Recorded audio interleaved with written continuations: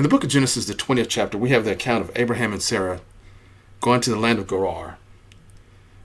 And before they ever get there, Abraham tells Sarah, hey, love, you know how we get down. You're my ride or die. So since you're my ride or die, you got to tell them that you're my sister. Because you're so good looking, you're so gorgeous. Just take one for the team. Just take one for me. If you really love me, this is what you'll do. And I know somebody's saying, that's not in the scripture. It is. It is. It's just a little bit later. Just stick with me. So they get to the land of Gerar. And of course, Sarah and both Abraham oblige. Well, Sarah obliges Abraham, and she tells Abimelech and his people that they're siblings. So Abimelech sees this gorgeous woman, and he's like, I gotta have her. She's too... How does somebody like this gorgeous, be single? So he does well for Abraham, since that's supposedly his sister. He gives Abraham gifts, and he starts the marriage contract, because that's what this is about. So Abimelech goes to sleep that night, and God comes to him in a dream. He does. He says, you're dead. Wait a minute, God.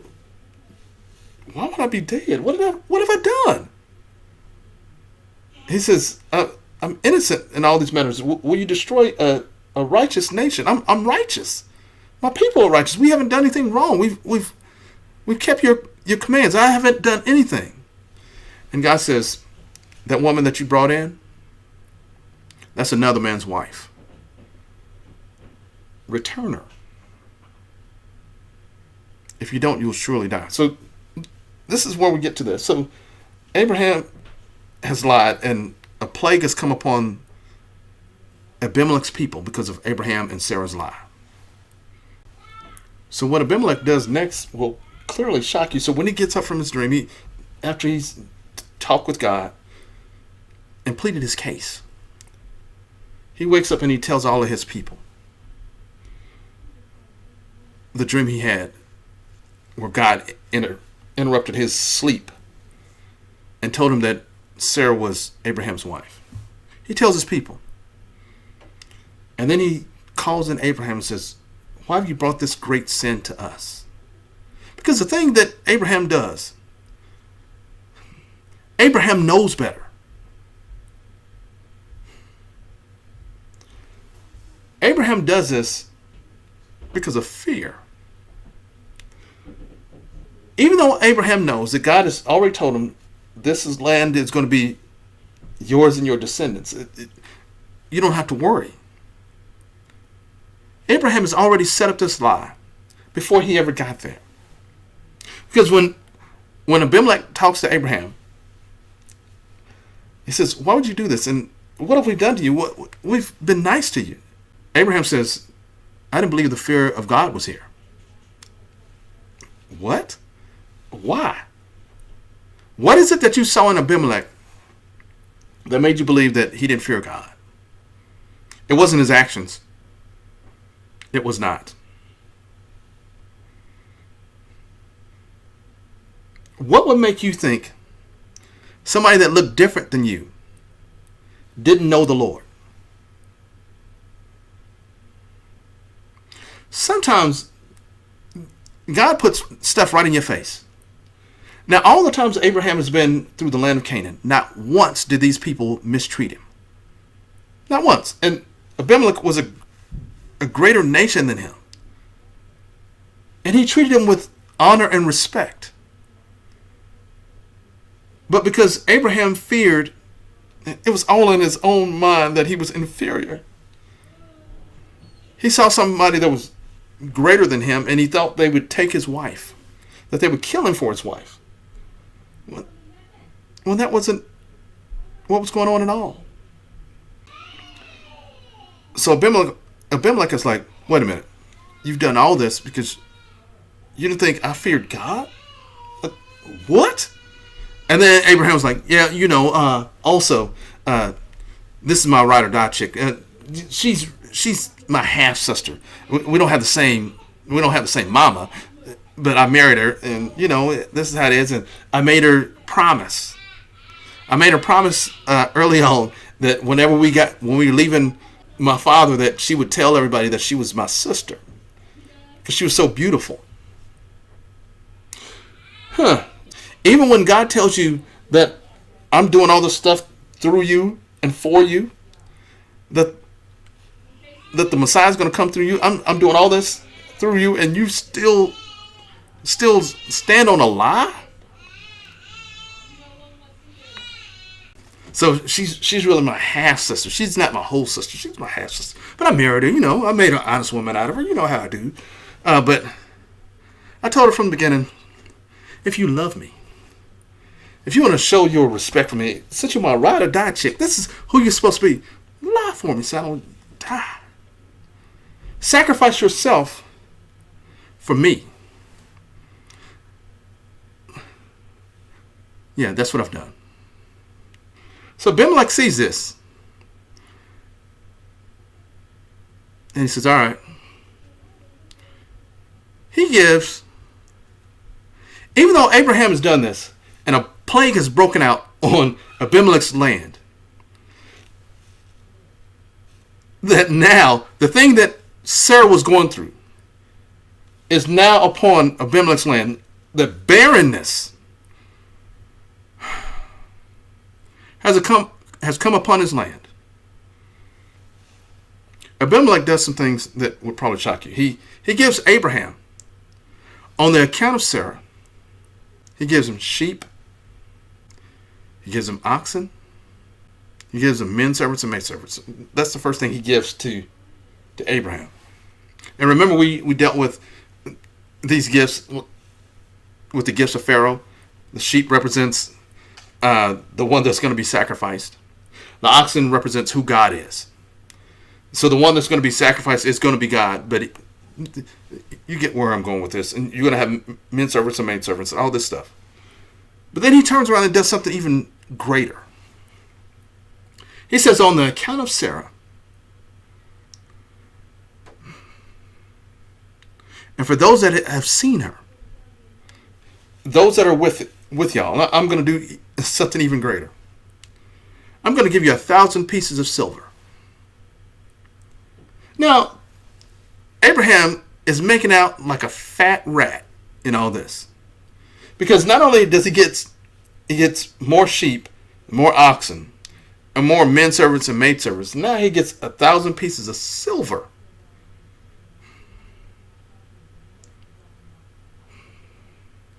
So you don't look at Sarah like she was messed with. It was to restore her. So one of the things you don't realize, the 1,000 pieces of silver are pictures of redemption. And I know somebody saying, well, Abimelech had to have sinned because why would he give all these gifts if he was doing this to make Sarah whole? First of all, where are you getting this from? Abimelech didn't sin. Not at all. God says it. So this is one of the things I've learned. When we see certain people in Scripture, and you find out they're descendants of Ham, you assume the worst of them because you don't read Scripture totally. You put on glasses of deception and say that Abimelech has sinned against Sarah when he has not. Matter of fact, Abimelech says he didn't do it. And the witness, God says he didn't do it. So there are two witnesses saying that Abimelech is innocent and that he's righteous. And God also says, I kept you from sinning against me. I was controlling you. I didn't let you get close to her. And when you go through and read commentaries, they all say Abimelech did something wrong. The problem is that you don't see the Messiah in this at all. All we see is race in this. Abraham sins, and Abimelech is punished. And I know some of y'all are saying, well, why would God punish an innocent man? Are you really going to ask that? Honestly, are you really going to ask that? What do you think Christ does at the cross? An innocent man takes on the punishment, the plague. An innocent and righteous man who has integrity. Not only is he says it about himself, God says it about him. This is no different from Job, who was innocent.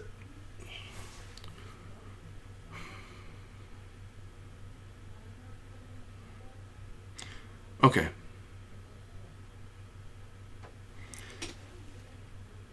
There are people that believe,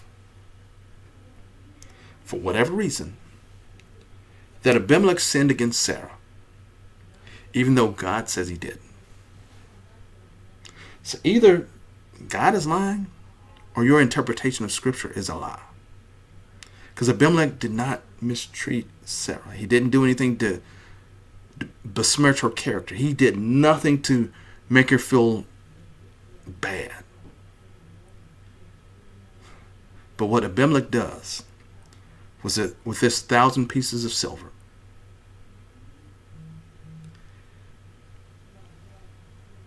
this 1,000 pieces of silver makes it seem like, lets it be known that she is not wicked. Abimelech pays the price for someone that had done him wrong. Someone that knew that God would punish him. Abimelech pays the price to make Sarah whole. To make it seem like that she had not sinned against him. We assume money will always make us whole.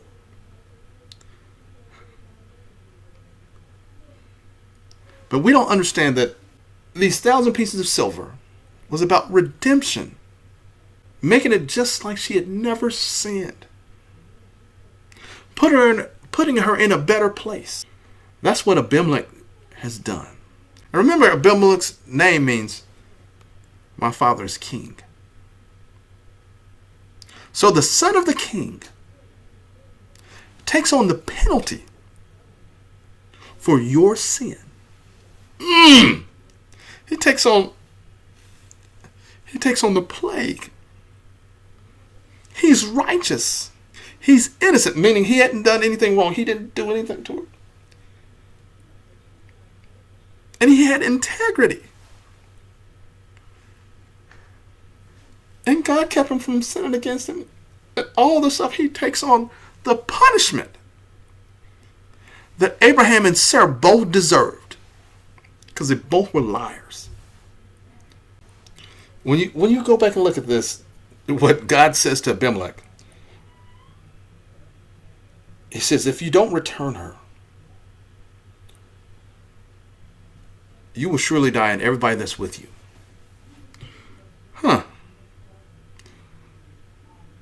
Everybody that's with the son of the king will stay dead.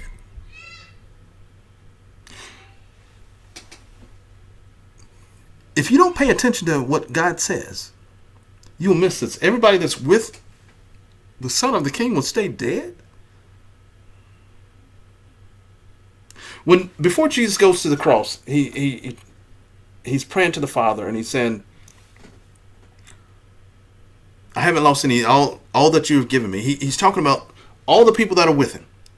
And all the people that he's going to get later on. All those are his. And he's going to, he says, God, keep them. Those that are with the king will be, or the son of the king will be dead also. They won't rise if the son of the king doesn't rise.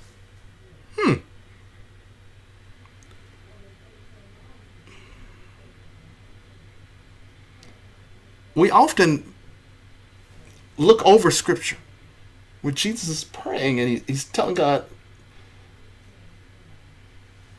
that the love that you've shown me, will be on them. And that they will be where I'm going to be. Remember, Paul talks about this. If Jesus didn't rise, what's the point in preaching and all this other stuff? What, if he didn't rise, then we won't rise. If he's still dead in the grave, then we will be dead in the grave. So, whenever you read Scripture, Scripture is linked. It's not isolated. It's all tied together. So this is what happens. Abimelech gives back Sarah. He gives the gifts to Abraham. And he restores her. And then he goes and he does something else. He says, I'm covering the eyes of all that are here and all that are with you, for everybody to see that you've been vindicated. That you not only have you been restored, but I'm making it seem like that you had never sinned. So when we look at this, in our English it says that you're vindicated, meaning that you're proven to be not guilty of anything, that you've been freed from whatever bondage you were in, free from blame. Even though Abraham and Sarah both lied and brought a plague upon a land that was innocent, brought a plague upon the son of the king.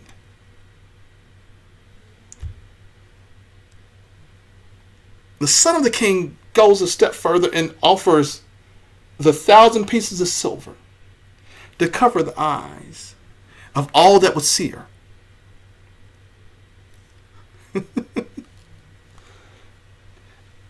All the people that she would encounter would know that she's not to blame. She's blameless now. There's been a change in status. Covering the eyes is dealing with a garment placed on you. The garment of praise for the spirit of heaviness. That's what's been... There's a strength exchange. God has exchanged what you've been through, or what you put him through.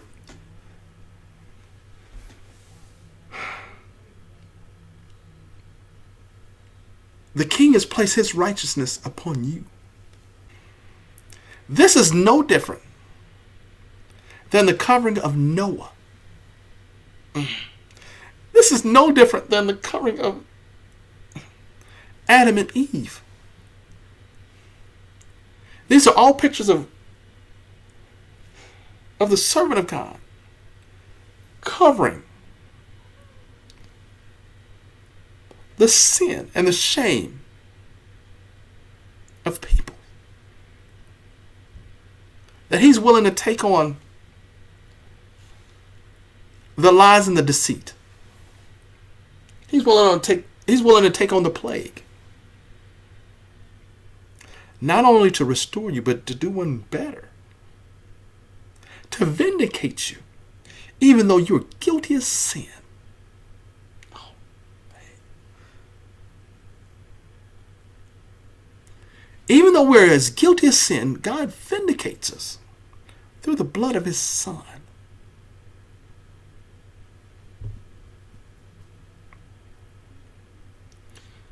The gifts of Abimelech.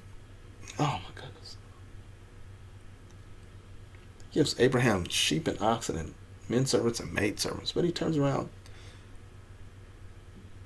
and he gives redemption.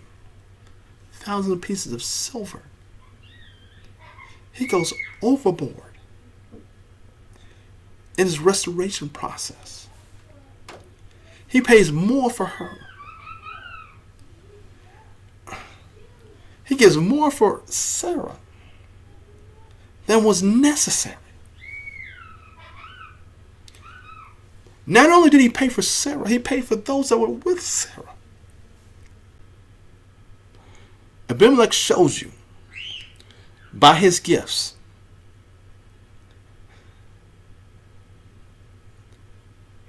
that you're more than a conqueror, that he's going overboard.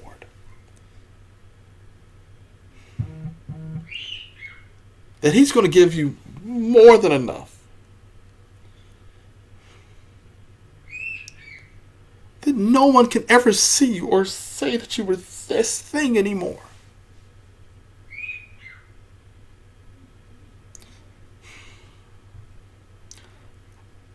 The king doesn't see you in this way.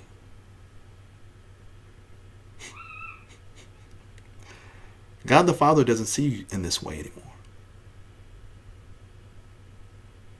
Because of the sacrifice of his son. So after Abraham prays for Abimelech, the plague is lifted. And there's something that you miss at the end of Genesis 20. And it resembles the last time Abraham and Sarah lied. That the plague came upon these people based upon Sarah's word. In our English it says because of. But in Hebrew it says the people were plagued by the word of Sarah, Abraham's wife. The very thing Sarah encountered in life, being barren, is the very thing that happened to the people that wanted to make her their wife.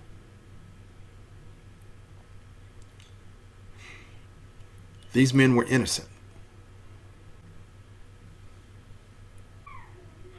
But this last guy, Abimelech, shows you exactly what the Messiah is going to do at the cross. He's going to take on the plague. The same plague Sarah took on. Now, this should be encouragement to some people that are having problems conceiving. Christ took on your barrenness. And I know this sounds odd to say. Well, Antonio, I don't have a kid yet. You will. Because sometimes I think we don't go to the cross with everything. We think this is a separate issue. It's not.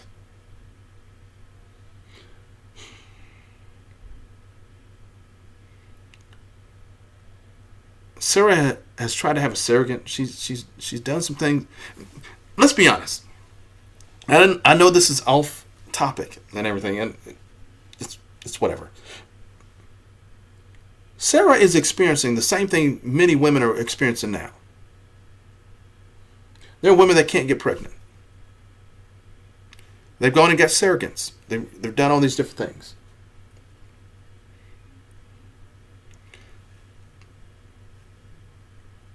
But I'm not for sure a lot of people go to God with these questions. I don't know if we've gone to the cross with our inadequacies. The very things that bring shame to us. Sarah wants, now that I think of it, Sarah has Abraham impregnate another woman so she can have a child.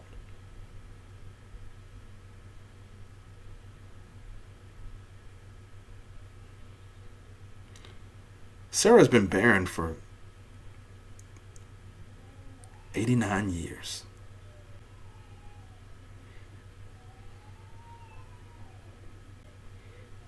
She speaks barrenness upon Pharaoh's house and then now upon Abimelech's house, even though God has told her, you're getting ready to have a son.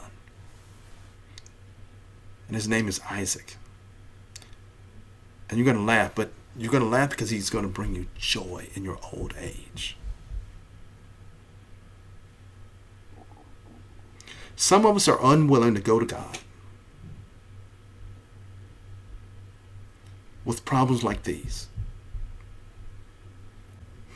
We don't see the stories in the Bible. We don't see everything in the Bible as something that relates to us.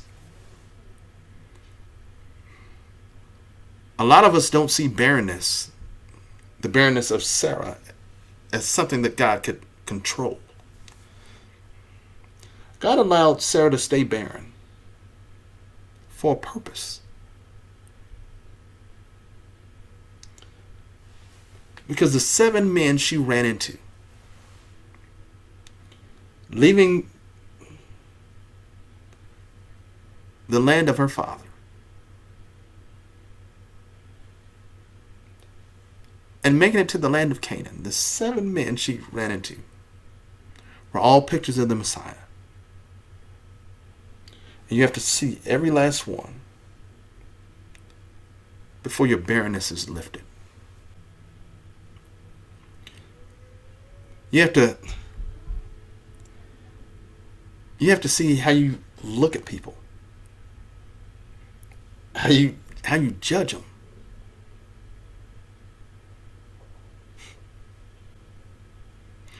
Okay. This was the study of Abimelech and his gifts.